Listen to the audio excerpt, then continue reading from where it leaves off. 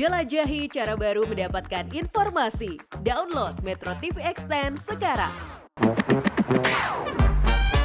Q&A, karena setiap pertanyaan selalu ada jawaban.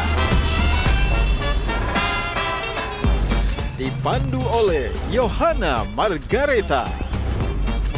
Dan panelis kita malam ini, Maman Suherman, Ade Alawi, Kukuh Adi,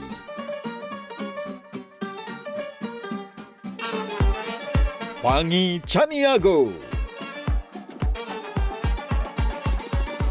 Valentino Simanjuntak.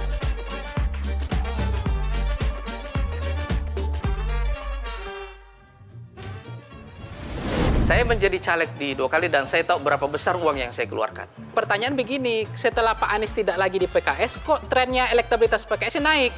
Apakah Gelora akan meninggalkan ciri khas partai kader? Dari harta, kekuasaan, dan wanita, mana yang paling berat? Pak Anies mau bilang 2 istri Pak Anies ini saat ini bahagia. Saya nggak jamin ya.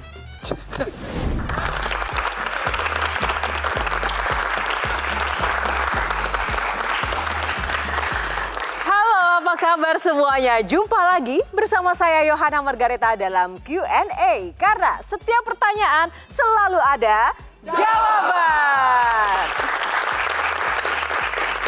Ya pemirsa, episode kali ini spesial dan kami sajikan khusus untuk Anda pemirsa di studio maupun juga pemirsa Anda di rumah pecinta Q&A. Langsung saja kita beri sambutan untuk bintang tamu kita kali ini, Anies Mata.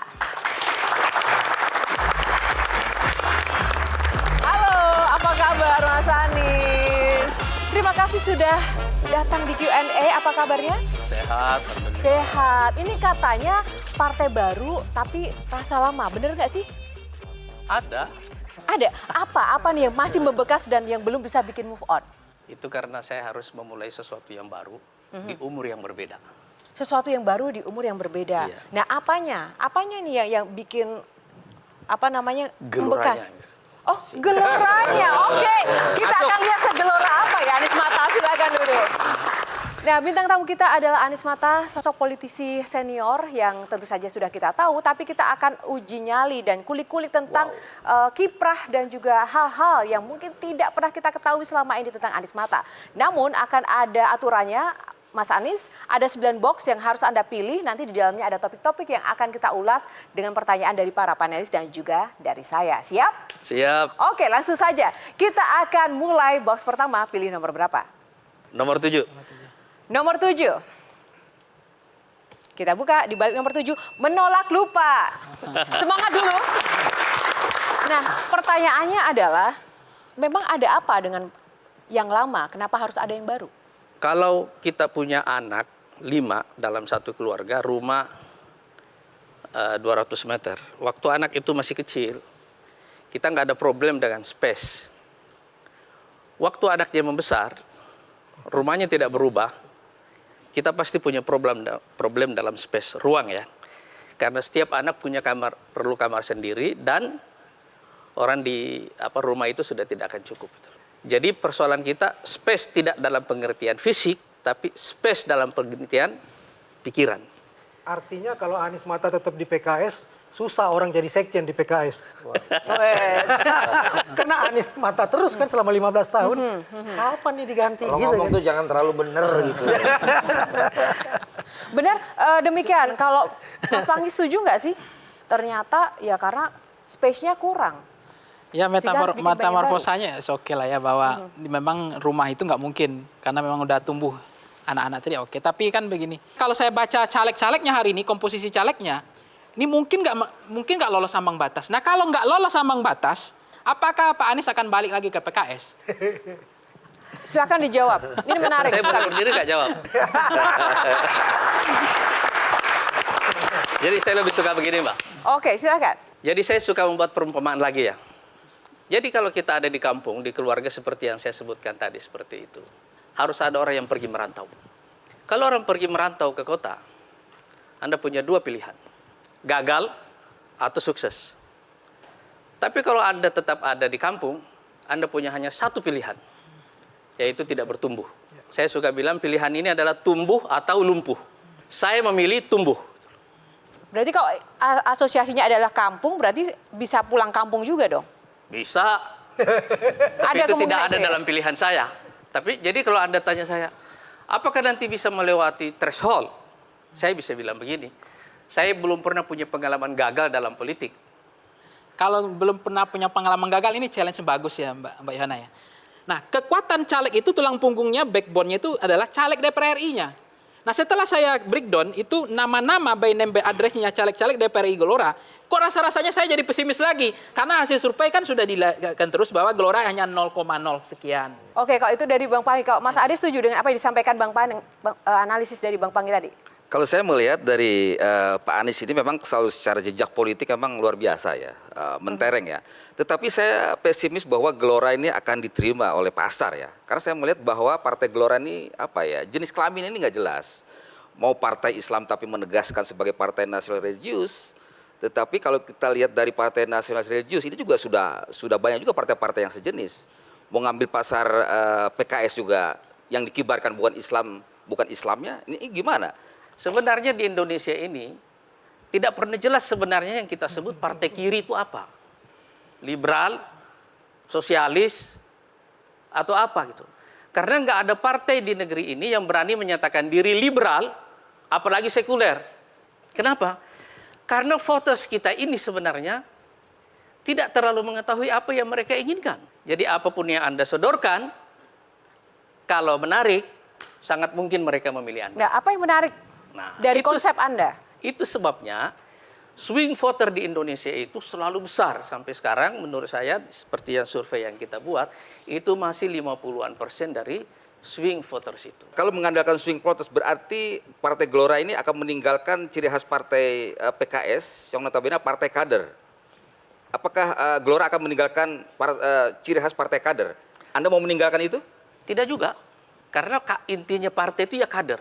Mau disebut partai Islam, partai nasionalis, atau partai kiri, intinya partai itu ya kader. Kader itu punya nilai kalau dia punya kader, dia punya leader, dia punya massa. Tapi gini Mbak Yohana. Tunggu, silakan. Kuku dulu, boleh, silakan. Saya ngelihatnya jadi gini, tadi ditanya pertanyaan dari Bang Ade, jadi kalau ditanya, jadi maunya kemana? Jawabannya, oh mumpung swing voters nih, iya bisa kemana-mana. Jadi itu jadi kayak aji mumpung atau partai Palu Gada nggak sih jatuhnya? Ini panelis ini bingung, bingung karena memang tidak ada hal yang jelas, Mas Anies. Tidak ada yang clear.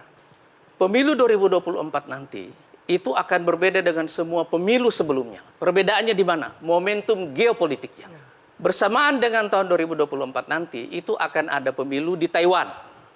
Akan ada pemilu di Amerika, akan ada pemilu di Rusia. 3 pemilu ini semuanya akan menentukan jalannya sejarah kita sebagai umat manusia di tahun-tahun yang akan datang.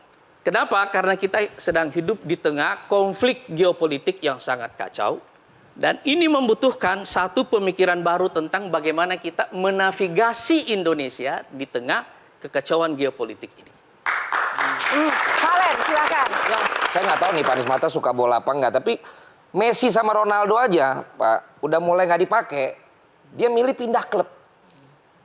Pindah klub yang bisa menghargai dia dan membuat perubahan di klub barunya. Sementara David Beckham-nya memilih bikin klub sendiri setelah memang dia udah nggak bisa main. Nah, kenapa Pak Anies Mata memang masih aktif gini, memilih untuk melakukan risk management yang tinggi nih? Kan beresiko nih karena banyak yang sanksi sama apa yang dilakukan melalui Partai Gelora ini, Pak Anies Mata. Kalau Anda bertanya kepada saya, ya saya mau bicara tentang ini yang dimaksud dengan siklus dan survival instinct pada setiap orang. Beckham tidak dalam posisi untuk bermain lagi gitu. Tapi dia kan harus eksis gitu. Ya.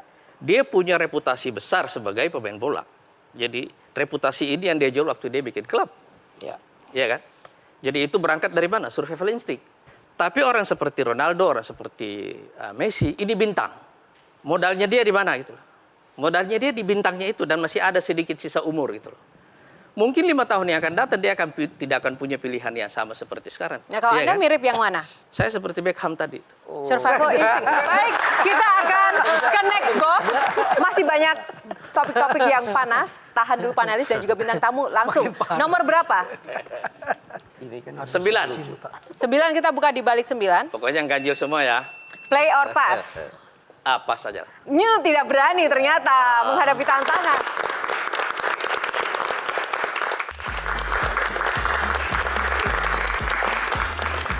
Kita ke next box, silakan dipilih box nomor berapa? 2. Mistikus cinta. Wow. Wow. Nah, saya mau tanya dulu nih Mas Anies, mendengar mistikus cinta, apa yang dibayangkan topik di balik ini? Mungkin Kira-kira. karena saya menulis buku serial cinta dulu kali. Kenapa suka tentang tulisan serial cinta? Karena cinta itu energi. Jadi orang kalau nggak punya cinta, dia nggak akan punya energi. dari harta, kekuasaan dan wanita mana yang paling berat buat seorang Pak Anies Mata? Wanita. Ih, kok sama? Itu maksud. Tunggu, ini berat apanya? Jangan ngomong berat, ini agak sensitif. Berat apanya nih Pak Anies Mata? Kalau ngomong Kenapa berat, wanita langsung Pak Anies Mata? Karena kekuasaan itu kesepian. Oke, kalau di atas itu sepi ya. Harta juga itu kesepian. Karena dalam hubungan dengan perempuan itu, dengan wanita itu, Anda menguji sebenarnya diri Anda yang sebenarnya itu. Artinya semakin banyak wanita, semakin banyak ujian. Enggak. Ketika istri kedua Pak Anies bilang, saya sempat tersinggung dengan pernyataan kasar istri pertama, Pak Anies langsung malah ngambil keputusan, inilah hidup kita ke depan. Tidak akan selesai terus. Tidak akan selesai. Jadi waktu saya dulu mau memutuskan poligami dulu, saya bertanya kepada diri saya. Saya ditanya nih, dulu di PKS ya. Karena kita kalau dulu mau poligami harus izin. Saya ditanya begini, persis seperti pertanyaan ini. Anda ini akan menjadi salah satu pemimpin nasional. Apakah Anda tidak yakin bahwa poligami ini akan mengganggu karir kamu sebagai pemimpin bangsa, di mana poligami itu bukan tradisi yang bagus di mata rakyat itu ya? Saya bilang enggak. Kalau saya menikah ini adalah takdir saya. Tapi nanti kalau jadi pemimpin politik, apalagi jadi presiden, itu 1 dari 270 juta. Probabilitasnya jauh lebih berat. Kalau ini takdir saya terima langsung. Jadi saya bilang saya mau menjalani yang ini. Yang itu tidak jelas apakah takdir saya atau tidak. Lebih berat ngurus partai atau ngurus keluarga? Lebih berat ngurus keluarga. Apalagi dengan 10 anak ya Pak. Apalagi dengan 10 anak. Endorsan tahu. Mas Ade, silakan Mas Ade. Anda mengatakan bahwa cinta yang tulus itu adalah cinta yang tidak bisa dibagi-bagi. Tapi menurut Setuju Mas Ade. Iya, setuju kata Mbak Yohana. Kalau menurut Pak Anies gimana? Enggak. Cinta itu memberi. Makin banyak yang bisa Anda berikan, makin kuat Anda mencintai.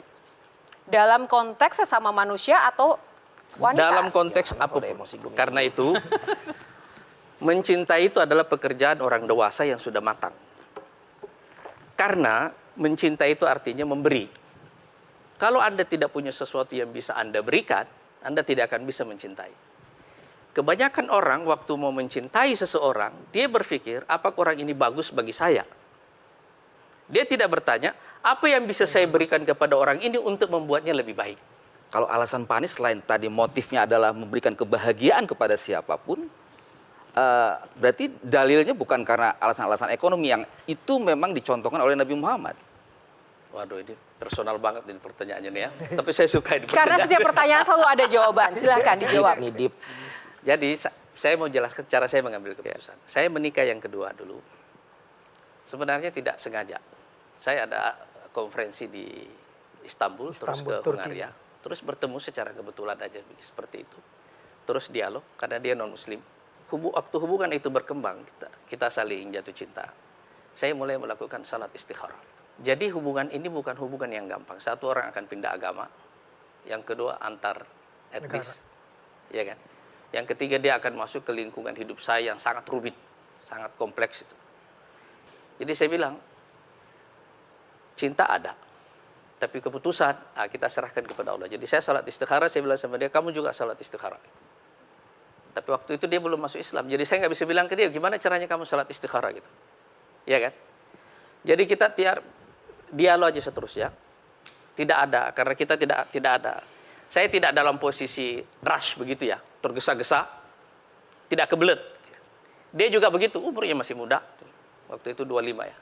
Iya, tapi Mas Anies, kalau saya boleh bilang ya, cinta itu bisa datang kapan aja, orang jatuh cinta, begitu kan. Kalau dituruti ya nggak akan ada habisnya. Artinya di satu sisi sebenarnya kita juga bisa melihat bahwa juga tidak ada komitmen bahwa ketika jadi leader ataupun menjadi pemimpin, dia harus komit juga terhadap satu hal yang memang dia pegang, apalagi cinta terhadap negara. Kalau saya cinta Indonesia, saya harus berbagi cinta dengan negara lain, kan nggak bisa juga. Nah, artinya di saat yang sama sebenarnya tidak ada komitmen di situ. Kalau jatuh cinta diturutin, ya nggak akan ada habisnya. Bener nggak Kuku? Setuju nggak sih dengan saya atau Mas Anies? Yang mana nih? Yang rada saya mengganjal tadi adalah itu terjadi tiba-tiba saja. Tidak mungkin tiba-tiba. Tiba-tiba itu adalah konteks. Ya. Bukan sesuatu yang direncanakan. Konteks yang saya maksud adalah memasukkan orang di dalam kehidupan kita, dalam konteks kita, di mana kita ingin membuat hidup orang menjadi lebih baik. Itu konteksnya. Tadi Mbak Yohana, ini ada protesnya tadi ya, bahwa soal berbagi. Saya seperti yang saya bilang, dan saya ulang-ulangi di buku Serial Cinta. Kenapa saya menulis buku ini? Karena saya merasa penting betul orang memahami persoalan ini, bahwa yang namanya mencintai itu adalah satu proses mengubah hidup orang lain menjadi lebih baik. Pertanyaannya gini Pak, kan Bapak pasti akan merasa membuat orang lebih baik, Gimana kalau orangnya maunya segitu-gitu aja? Seorang gua nggak mau lebih baik gitu gimana kalau kayak gitu? Bukankah itu pemaksaan namanya?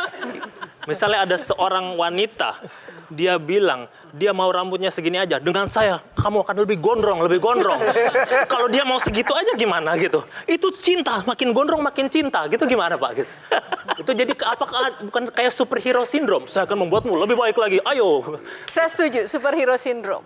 Tapi belum tentu juga. Saya tidak punya obsesi megalomania seperti itu ya. Saya tidak punya obsesi seperti itu. Tapi saya punya obsesi memberi. Itu ada kuat dalam diri saya gitu ya. Tetapi merubah hidup orang itu tidak maksudnya adalah membatasi pilihan hidupnya. Merubah hidup orang itu membuatnya lebih. Maksudnya adalah membuat dia tumbuh seperti bunga. Dia harus mekar. Kita membantunya mekar. Itu maksudnya apa membuatnya mekar seperti itu? Maksudnya kita membuat potensinya seluruhnya keluar dari dalam dirinya supaya dia meledak sebagai sebuah kekuatan. Kalau pertanyaan saya justru masih membuka peluang untuk nambah lagi. Kalau Anda bilang sebenarnya itu berat tadi ngurus keluarga daripada ngurus partai. Mungkin kalau ada yang menantang itu. Wow. Saya masih penasaran nih sama saudara. Kalau ada orang yang mengatakan orang itu berpisah bukan karena tidak saling cinta lagi, tapi karena tidak ingin saling menyakiti satu sama lain. Kalau di antara dua itu ada yang kemudian mengatakan saya sudah tersakiti, seorang Anies Mata juga karena semangatnya memberi, lalu memberi kesempatan juga untuk silahkan pergi. Itu mengapa kalau dalam rumah tangga itu Islam juga membolehkan perceraian. Ya. Karena kadang-kadang perikatan itu tidak membuat orang bertumbuh. Gitu. Ya. Itu keleluasaannya di situ. Walaupun Pak Anies mau bilang dua istri Pak Anies ini saat ini bahagia. saya nggak jamin ya. Oh, tunggu. Gini ya, sebagai perempuan saya pengen tahu kenapa Anda bisa menyampaikan, Anda tidak bisa menjamin kebahagiaan perempuan yang juga tadi Anda ingin bahagiakan di awal. Profesional. Jadi saya sebenarnya dari tadi mempertanyakan komitmen dari seorang Anies Mata. Katanya ingin membahagiakan perempuan. Tapi sekarang ditanya, apakah kedua istri Anda bahagia? Saya tidak menjamin. karena istri saya punya jawaban yang agak sama ya kalau saya tanya itu. Kalau saya tanya, kamu suka saya nggak? Dia bilang pasti suka. Menurut kamu saya baik nggak? Iya baik. Kamu marah nggak sama saya?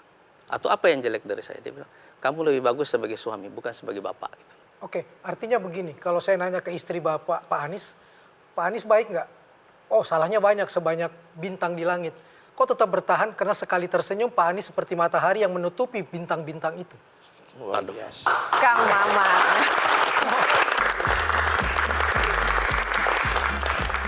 Kita ke next box, silakan dipilih box nomor berapa? Nomor 5. Nomor 5. 5 ya. Kepo Nasdem lagi Plus nih. 62. Nah, ini di Kepo Plus 62 akan ada yang bertanya langsung audiens kepada Mas Anies. Langsung saja. Mengapa selama ini Pak Anies itu eksis di politik? Dan menurut saya dengan banyaknya partai politik di Indonesia di kontes pemilu, itu bukannya justru malah makin membingungkan masyarakat terhadap pilihannya. Itu saja Pak. Terima kasih. Kalau partai politik ini, menurut saya terlalu sedikit untuk ukuran negara kita yang sangat besar gitu ya. Jadi dia tidak membingungkan dari sisi ini. Yang lebih membingungkan misalnya untuk generasi seperti Anda ini, hidup Anda ini semuanya adalah hidup yang gaduh. Gaduhnya, salah satu sebabnya adalah karena perubahan teknologi yang terus menciptakan disrupsi yang tidak pernah berhenti. Karena tidak pernah berhenti, Anda merasakan bahwa, ini penelitian kami ya, sebagian besar anak-anak muda seperti Anda ini, persoalan terbesarnya itu adalah anxiety, kecemasan. Iya kan? Tapi overthinking. Hah? Overthinking salah satu sebabnya adalah karena platform misalnya sosial media ini memberikan Anda semua pengetahuan yang tidak Anda perlukan dan tidak ada hubungannya dengan kehidupan Anda sebenarnya, tetapi itu memenuhi pikiran pikiran Anda ini gitu ya. Karena dia memenuhi pikiran Anda semuanya, Anda tidak bisa memikirkan semua itu sekaligus, sementara situasi di lapangan ini teknologi ini mengubah kehidupan kita ini dengan disrupsi yang tidak pernah berhenti. Baik. Jadi itulah yang menjawab kecemasan anak-anak muda ini. Gitu. Silakan, next untuk penanya kedua. Bapak kan politisi senior. Bagaimana Bapak menyikapi terkait ujaran kebencian, bahkan kritik ke Bapak daripada netizen? Apakah Bapak mensomasi atau bukan melanjutkan ke jalur hukum, kerana hukum, atau memaafkan aja seperti, ya udah biasa aja gitu? Saya memilih memaafkan karena dari dulu kita akan hidup di tengah kegaduhan seperti ini, kita akan terus-menerus hidup dengan hal seperti ini. Orang memanfaatkan kebebasannya secara maksimal di dalam medianya itu, suka-suka gitu, iya kan? Sampai akhirnya dia belajar bahwa dia tidak mendapatkan apa-apa dari situ itu. At the end, dia akan sampai pada suatu titik tertentu nanti, dia akan sampai bahwa mengeksplor seluruh emosinya, pikirannya terus-menerus seperti itu, tidak ada gunanya buat dia sama sekali. Gitu. Tapi tiap orang perlu belajar untuk sampai ke situ. Gitu. Jadi kalau saya ditanya misalnya, seperti misalnya dalam kasus Pak Rocky sekarang ya. Saya membayangkan misalnya saya Presiden Jokowi, kan tiap hari kita ini dihujat sama rakyat, iya kan? Mau intelektual, mau rakyat biasa sama aja kan? Saya akan mengatakan, saya memaafkan dia. Gitu.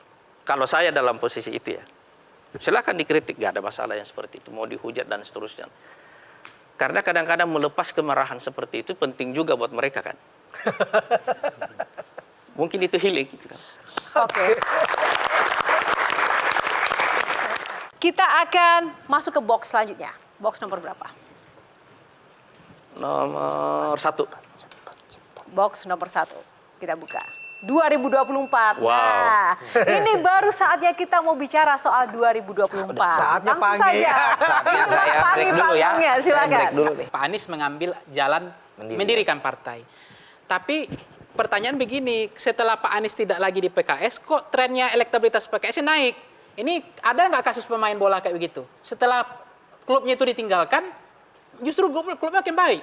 Ada juga. Nah ini gimana nih Pak Anies? Sebenarnya kita sedang membicarakan hal yang tidak terjadi. Semua survei sebelum 14 Februari itu adalah dugaan, asumsi semuanya itu. Saya ini percaya dari pengalaman politik Mbak Yohana ya.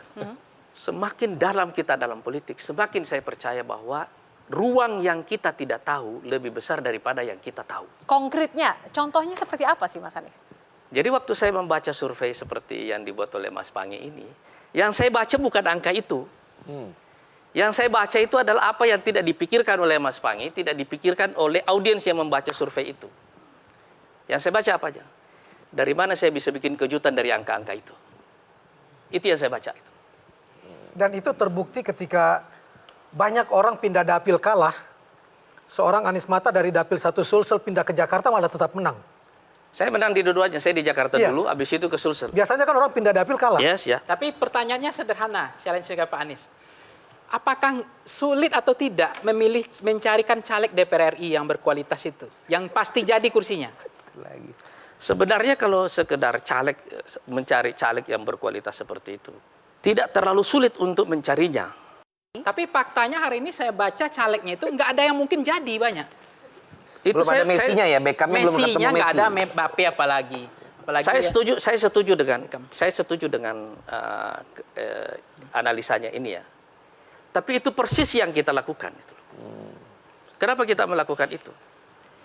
Kalau saya mempopulerkan orang yang sudah populer, terus nilai saya apa? Tapi sekarang banyak orang justru pakai orang yang populer untuk menggrab suara. Betul, Trennya makanya seperti banyak itu. partai ngambil pemain lama, take Betul. over.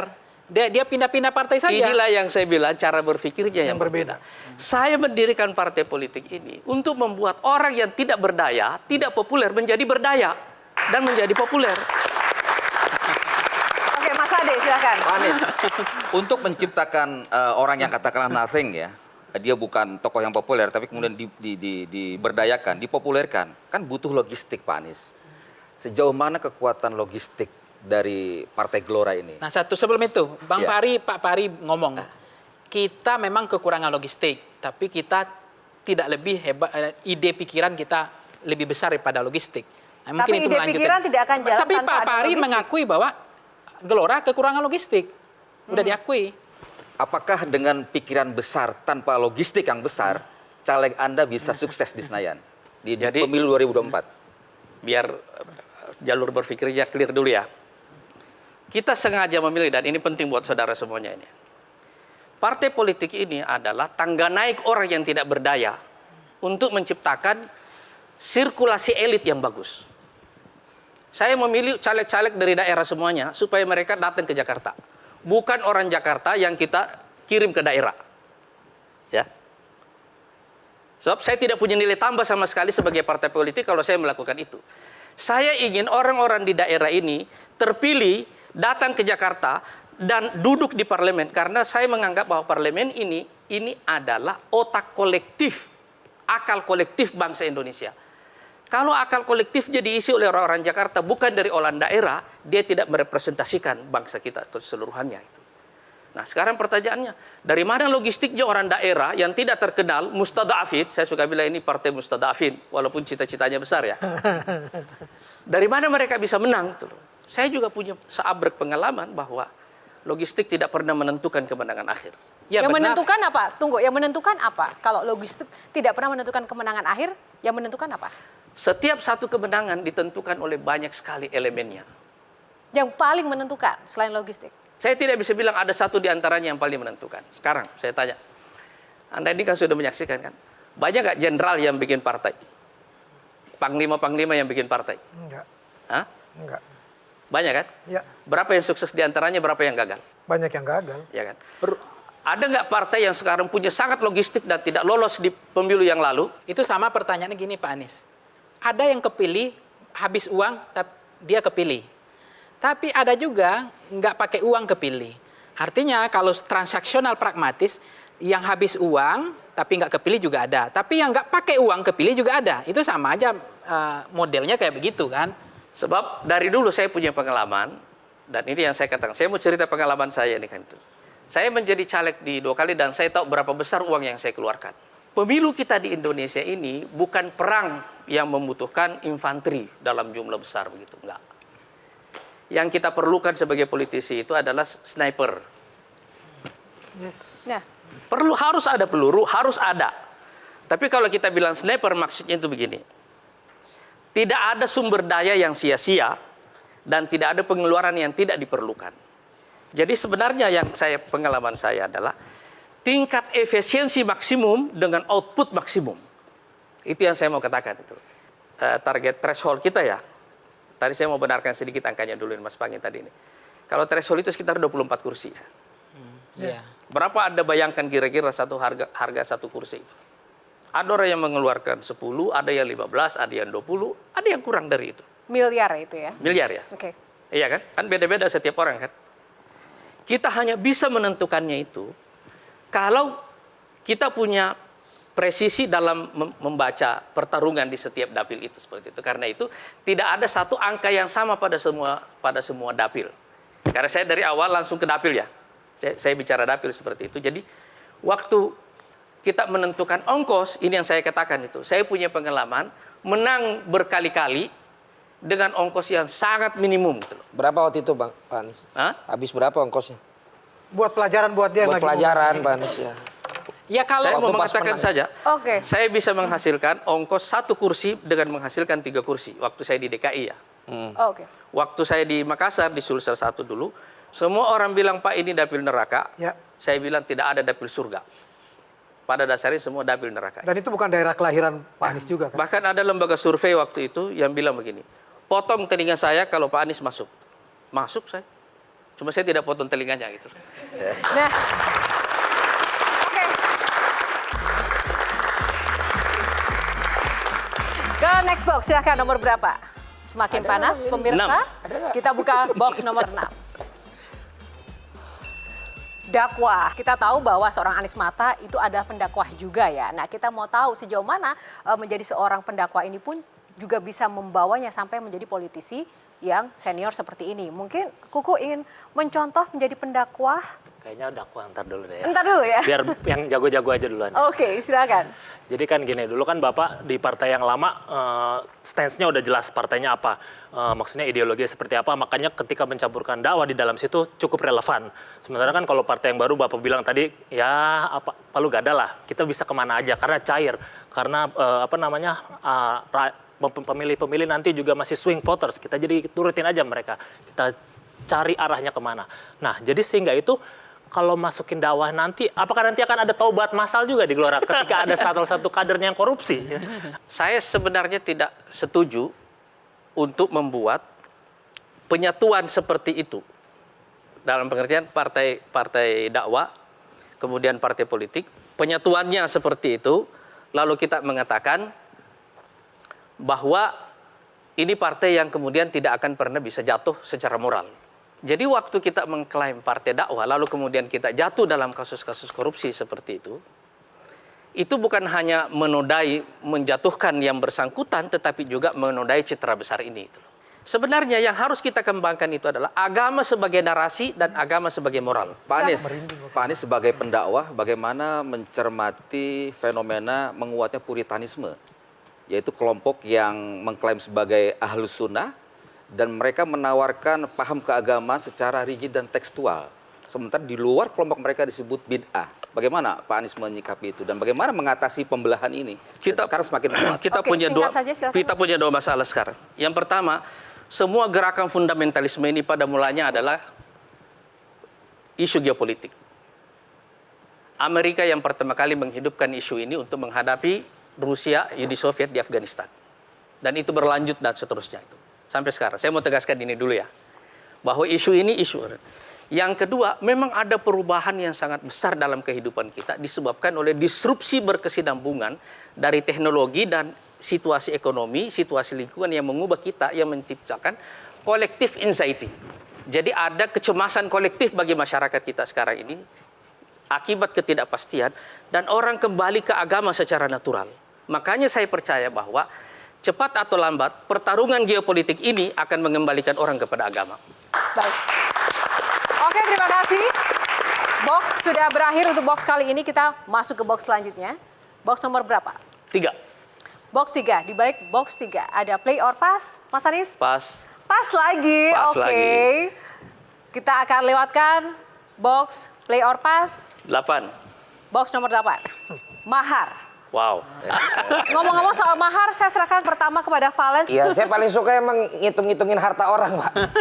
Itu kebiasaan saya. Makanya nih, Bang Anies kalau ini ngitung-hitungan sendiri bikin partai gitu, dalam bisnis plan-nya itu modalnya berapa itu?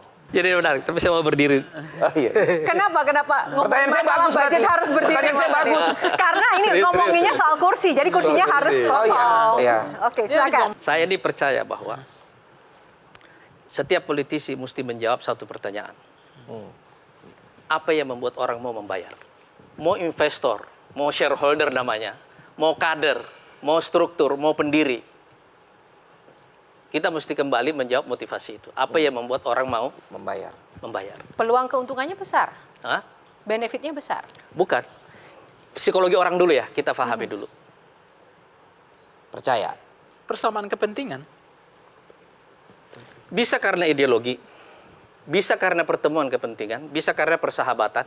Jadi alasan-alasan orang untuk membayar itu bisa banyak. Tetapi ideologi atau kepentingan ataupun persahabatan, semuanya bertemu dengan satu persoalan dasar, trust. Nah itu kan, benar dong saya. Yes. Percayaan. Saya punya pengalaman begini. Indikatornya Mbak Ilhan. gimana? Anda melihat banyak orang yang percaya Percayaan dengan kepada Anda? Tuhan, maksudnya. Saya punya pengalaman begini, Mbak. Sebagai caleg waktu saya di Sulsel dulu ya, saya datang kampanye, saya bicara politik, saya bicara angka-angka.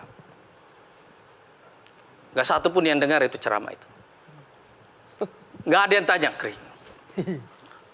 Selesaikan saya bilang, saya agak kecewa pulang gitu. Saya datang merasa pintar, pulang merasa bodoh gitu. Habis itu suatu waktu saya ceramah Maulid Nabi. Tidak ada urusannya dengan politik sama sekali itu. Setelah itu saya diundang terus ceramah soal Maulid, soal Isra Miraj, dan tidak pernah diundang ceramah politik. Itu di dapil saya itu. Dan setiap kali saya datang, orang bikin pesta. Yang penting Pak Anies mau datang gitu. Jadi orang datang, karena di Sulawesi kita banyak makan ikan ya. Jadi orang semuanya bikin pesta sendiri. Saya tidak bayar. Orang datang sendiri. Jadi saya bertanya begini dalam pikiran saya, apa yang membuat mereka ini mau membayar, mau keluar? Dan kadang-kadang sampai jam 2 malam karena waktunya mepet sekali ya. Karena mereka merasa mendapatkan tambahan pengetahuan. Jadi para politisi ini dan kita ini kan semuanya ini ada dalam trap political marketing. Ya. Iya kan? Ya. Kita ini semua ada dalam trap yang namanya liberal demokrasi, demokrasi liberal. Yang bekerja dengan mekanisme pasar, yang bekerja dengan mekanisme take and give. Iya. Iya kan? Kita ini, saya tahu pertanyaan ini semuanya. Semua pertanyaan ini berputar di sekitar sini. Itu. Dan itu yang membuat partai politik tidak punya dampak merubah kehidupan orang. Sekarang kalau kita tanya investor, ngapain dia mau nyumbang kita itu? Ente mesti mengerti psikologinya. Gitu. Sudah berapa banyak yang melamar atau ingin mengambil? Alhamdulillah kita ada pembicaraan dengan semua capres dan semuanya mengajak kita gabung gitu. Oh ya? Oke, Kuku silakan. Kuku dulu, silakan. Oke. Masuk dong Bang. Tadi sebenarnya udah sedikit menjawab, cuman mau saya konfirmasi lagi aja. Jadi kan kalau tadi kan kita semua bingung nih, semua bingung. Karena partainya kayak kanan kiri oke ya. Jadi kan kanan kiri oke, jadi siapa nih yang mau masuk nih? Tadi dijawab semuanya mau masuk. Nah paling enggak, tapi kan dari situ ada bottom line-nya lagi. Kalau itu trust, berarti kan Bapak Anies ini udah tahu siapa yang trust saya, siapa yang enggak. Nah berarti dari situ bisa nentuin juga dong. Kira-kira nanti saya koalisinya kemana nih? Berarti udah kebayang dong. Ada, kebayang pasti. Oke, kembali pada box mahar ini. Intinya adalah seperti ini. Anda menyampaikan bahwa tidak ada take and give, semua dasar trust begitu. Tapi di forum Q&A ini, jika ada pilihan, Anda apakah akan menggunakan dan berpihak pada politik mahar jika itu ada di hadapan Anda? Saya tidak bisa menolak juga politik mahar itu. Itu fakta yang harus kita terima juga. Itu barang logis saja dalam Tapi politik itu pada dasarnya. sama saja mencederai kepercayaan masyarakat. Enggak, Karena ada transaksional di situ. Dia tidak related di situ sebenarnya itu. Kita mesti melihat. Yang perlu Anda baca itu adalah di mana inti pertukarannya. Nah kalau kita kembali ke mahar, kalau kita ubah-ubah huruf-hurufnya, itu ada 2 di situ. Ya. Bisa jadi ramah, bisa jadi marah. Dan haram. Nah bentar ini Dan kursi, haram. bicara kursi kan udah selesai. Iya, Duduk dulu. itu ada Anies. kaitannya. Ini udah bicara mahar. Di mata Pak Anies, mahar itu bagian dari ramah tamah antar partai atau tetap haram buat Pak Anies dengan misi dakwahnya? Ya, saya tidak mengatakan itu haram. Dan itu adalah satu, mahar politik itu adalah keharusan jika dia bermakna sebagai instrumen pencapaian tujuan. Jika dia bermakna. Pencapaian tujuan. Kan sama juga seperti Pak Bas Pangi tadi bilang semuanya kan. Bahwa logistik itu, mana orang bisa menang tanpa logistik, iya kan? Tidak mungkin orang menang juga tanpa logistik, saya juga percaya itu. Jadi Anda membolehkan kalimat ambil amplopnya, tapi jangan pilih orangnya kalau nggak suka. Anda setuju dengan Bisa. itu? Saya tidak setuju dengan persoalan itu. Sebab sama saja kita mendidik rakyat dengan salah gitu. Oke, baik. Oke. Cukup untuk box mahar. Kita masih ada box lainnya. Pilih box 4 ya. Kita buka box 4. Truth or dare? Tapi kayaknya dari tadi Pak Anies Mata ini selalu jujur tentang tadi Gelombang wanita, tentang mahar. Yang berani belum kayaknya. Yang berani belum? Boleh deh. Berani, oke. Kita Kalau udah berikan jujur dan semangat berani, ya. langsung naik itu di surveinya Bang. Iya. Oke, Jadi ini adalah game yang nanti Kuku akan memberikan informasi terkait dengan nama-nama tokoh. Jadi Mas Anies harus memberikan 3 kata kesan ketika mendengar nama tokoh yang disebut dengan Kita cepat. berdiri dulu. Dengan cepat, nggak boleh mikir ya, nggak boleh Dengan mikir. cepat, tidak boleh mikir dan Baru Kuku ada larangan boleh berpikir di sini. mengomentari. 3 kata. Komentari Ada setelah. fotonya di layar, bisa dilihat. Cepet ya Pak ya. Ali Mohtar Ngabalin. Sahabat saya di Swajen ya. Tidak punya pendirian. Kasihan sahabat. Aduh. Terakhir? Pelawak. Next, Rocky Gerung. Pemikir, penikmat hidup, Provokator. petarung. Oke, selanjutnya Ahmad Dhani. Inovator sebagai musisi ya. Ini berani dan unik. Unik, oke. Selanjutnya Cinta Laura. Pinter, cantik, Memang Pak Anies betul ya? punya masa depan. punya masa depan. Oke. Bersama siapa? Sebentar, nanti kita mungkin bisa balik lagi. Oke, yang ini yang disebut Nanti kita namanya. bahas Kita lagi. lihat foto. Yang terakhir ada orang ini mungkin yang Bapak paling kenal seumur hidupnya. Dari Bapak lahir mungkin udah kenal semua orang ini. Kita lihat, cepat. Nah. Ternyata tidak mengenal dirinya sendiri. Gigit jari. Cinta kapan ini? Cinta. Laura. Tekad, Tekad. obsesi. Obsesi. Cinta, tekad, obsesi. Nama 3 acara tuh. Ya pemirsa, politik bisa punya banyak makna dan politik bisa juga sebagai industri pemikiran. Nah, selain itu juga politik bisa bertugas untuk memberi arah bagi kehidupan masyarakat untuk mampu memahami, merekam, dan juga menangkap perubahan yang terjadi. Terima kasih untuk para panelis hebat pada malam hari ini dan juga terima kasih untuk bintang tamu spesial kita Anies Mata. Semoga apa yang telah kita sajikan dalam Q&A malam ini bisa menambah wawasan Anda dan semakin bijak untuk bersikap dan juga berpolitik. Saya Yohana Margareta dan seluruh kru yang bertugas mengucapkan terima kasih. Kami pamit undur diri. Sampai jumpa lagi.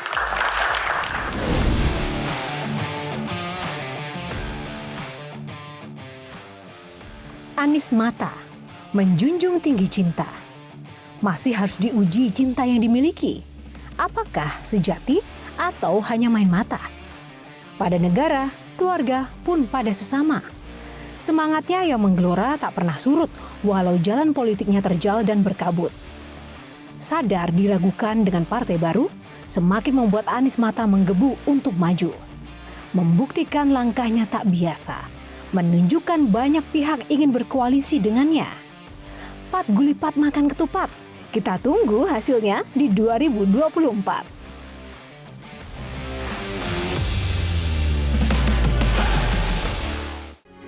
Metro TV,